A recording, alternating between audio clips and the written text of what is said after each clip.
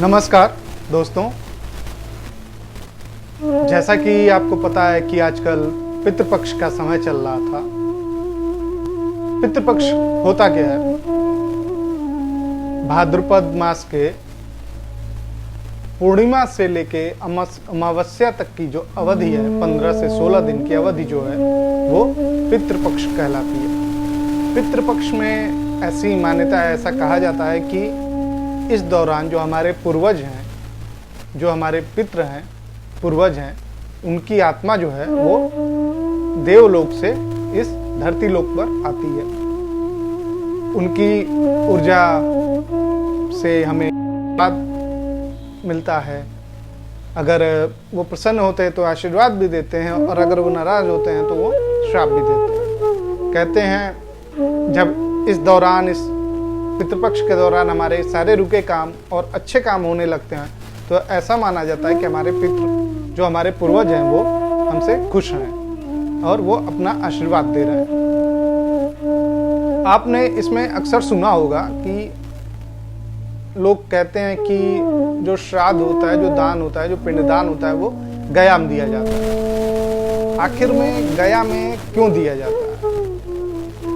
इसके पीछे क्या कहानी है? आज हम उसे बताएंगे, उस कहानी को बताएंगे। एक बार जब भगवान ब्रह्मा वो सृष्टि बना रहे थे, तब उन्होंने एक व्यक्ति को बनाया जिसका नाम गया था। वो असुर कुल में उसका जन्म हो गया। असुर कुल में जन्म होने के बावजूद वो जो है हमेशा भगवानों की पूजा करता, भगवानों का सम्मान करता, बहुत आस्तिक प्रवृत्ति का था, यानी भगवान में श्रद्धा रखने वाला था। तो उसने सोचा, जो गयासुर था, उसने सोचा कि यार मैं इतना पुण्य करता हूँ, इतना अच्छा काम करता हूँ, भगवानों की पूजा करता हूँ, लेकिन क्योंकि मैं असुर कुल में पैदा हुआ हूँ, इसलिए लोग मुझे सम्मान नहीं देंगे और मुझे भी असुर ही समझेंगे। वो बहुत परेशान था। उसने सोचा कि कुछ उपाय किया जाए जिससे मैं इससे बाहर आ सकूं और लोग मुझे भी सम्मान दें। इसके लिए उसने भगवान विष्णु की आराधना की, तपस्या किया और भगवान विष्णु को प्रसन्न किया। भगवान विष्णु जब प्रसन्न हुए तो उन्होंने कहा कि तुम मुझसे एक वर मांगो। उसने वर मांगा कि प्रभु आप जो है, आप मेरे अंदर आ जाइए और ऐसा हो कि मैं जहाँ जाऊँ, जो भी मुझे देखे, उसके सारे पाप धुल जाएं और उसको मोक्ष मिल जाए। भक्त ने चूंकि आशीर्वाद मांगा था, भगवान मना नहीं कर सकते थे, तो भगवान ने उसके आशीर्वाद को स्वीकार किया, उसके वर को स्वीकार किया और अपना आशीर्वाद दिया। अब वो भगवान विष्णु उसके शरीर में आ गए थे और वो जहाँ भी जाते थे, वो गयासुर जहाँ जाता था, जो भी उसको देखता था उसका कल्याण हो जाता, उसको मुक्ति मिल जाती थी। ये सब कई दिनों तक चला। लोग मर रहे थे, ऊपर जा रहे थे।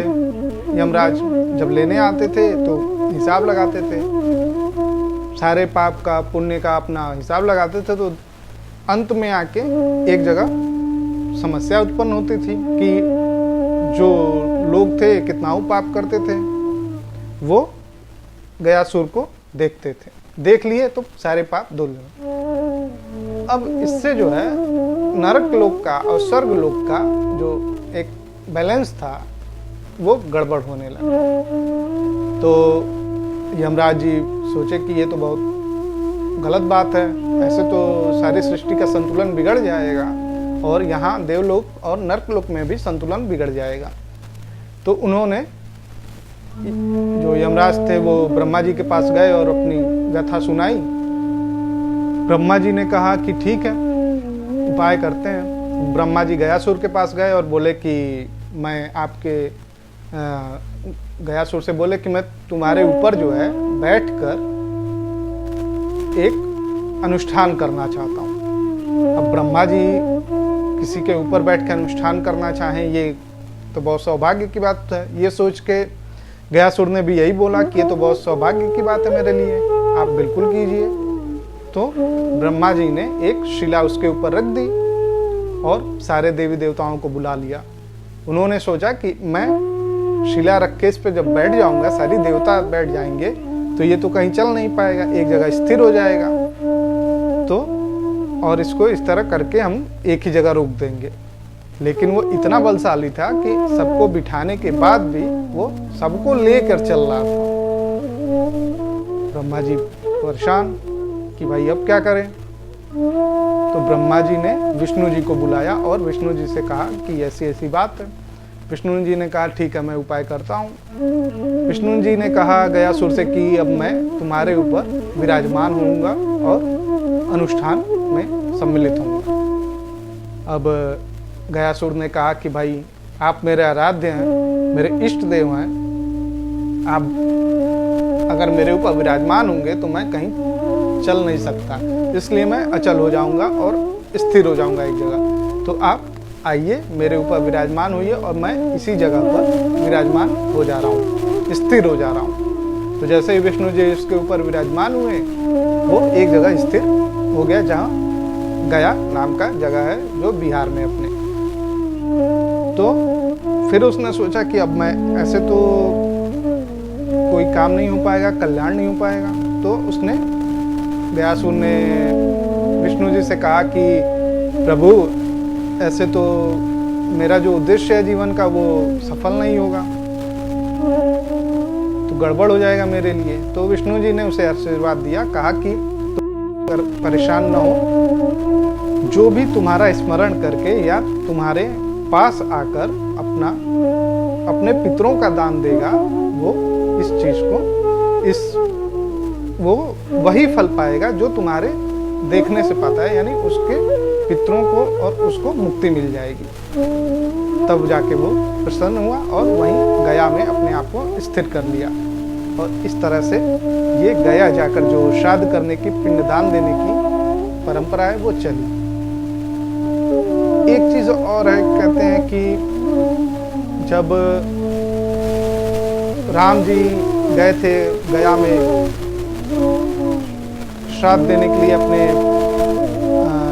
पिता दशरथ जी को, तो वो गए, उनके साथ सीता माता भी थी। जब भगवान राम अपना पुष्प वगैरह गए थे खोजने, तभी भगवान दशरथ जी की आत्मा प्रकट हो गई। अब सीता माता हैरान, तो उन्होंने सोचा कि स्वामी तो है नहीं, मैं ही जो है दान दे रही हूँ, मैं श्राद्ध कर दे रही हूँ। तो उन्होंने वहाँ की नदी, जो बगल में नदी थी, और कौतुकी पुष्प और वट वृक्ष और गाय को सम्मिलित करके अपना पूजा किया और दान दिया। जब भगवान राम आए तो सीता माता ने बताया कि ऐसी ऐसी घटना हुई है। तो जो नदी थी, जो कौतुकी पुष्प था और जो गाय थी, वो मुकर गए कि नहीं, हमने श्राद्ध में नहीं देखा, हमने सम्मिलित नहीं हुआ। वट वृक्ष ने कहा नहीं, इन्होंने ऐसा किया है, ये बात सही है। सीता माता इतना क्रोध हुआ उनको कि उन्होंने श्राप दिया कि ये नदी जो है, नदी से कहा कि आज के बाद तुम सूख जाओगी और कौतुकी पुष्प को और गाय को कभी इस श्राद्ध कर्म में सम्मिलित नहीं किया जाएगा। और यहाँ से जो हम श्राद्ध का जो प्रसाद निकालते हैं अपने पितरों के नाम पे, वो जो कौवे को दिया जाता है, वो यहीं से परंपरा शुरू हुई। ऐसा माना गया कि जो कौवे हैं वो हमारे पितरों के रूप हैं, जो हमारे पितर हैं, जो हमारे पूर्वज हैं, वो कौवे के रूप में आते हैं और इसलिए कौवों को और कुत्तों को ऐसा भोजन दिया जाता है। गाय को बहुत कम लोग देते हैं ये श्राद्ध के खाने में। तो इस तरह से गाय को न सम्मिलित किया गया और कौवे को सम्मिलित कर दिया गया। फिर मिलेंगे ऐसे ही किसी दूसरी कहानी के साथ, किसी दूसरे पौराणिक कथा मान्यता के साथ। तब तक के लिए घर पे रहिए, सुरक्षित रहिए। और अगर आप नए हैं तो चैनल को सब्सक्राइब कीजिए, लाइक कीजिए, कमेंट कीजिए और इसको अपने दोस्तों के साथ भी शेयर कीजिए ताकि वो भी इस बात को, इस कहानी को, इस मान्यता को समझ सकें, जान सकें कि आखिर क्यों गया में दान दिया जाता है, क्यों कौवे को दान दिया जाता है। फिर मिलेंगे अगले किसी ऐसे ही पौराणिक कथा की मान्यता के साथ। तब तक के लिए नमस्कार।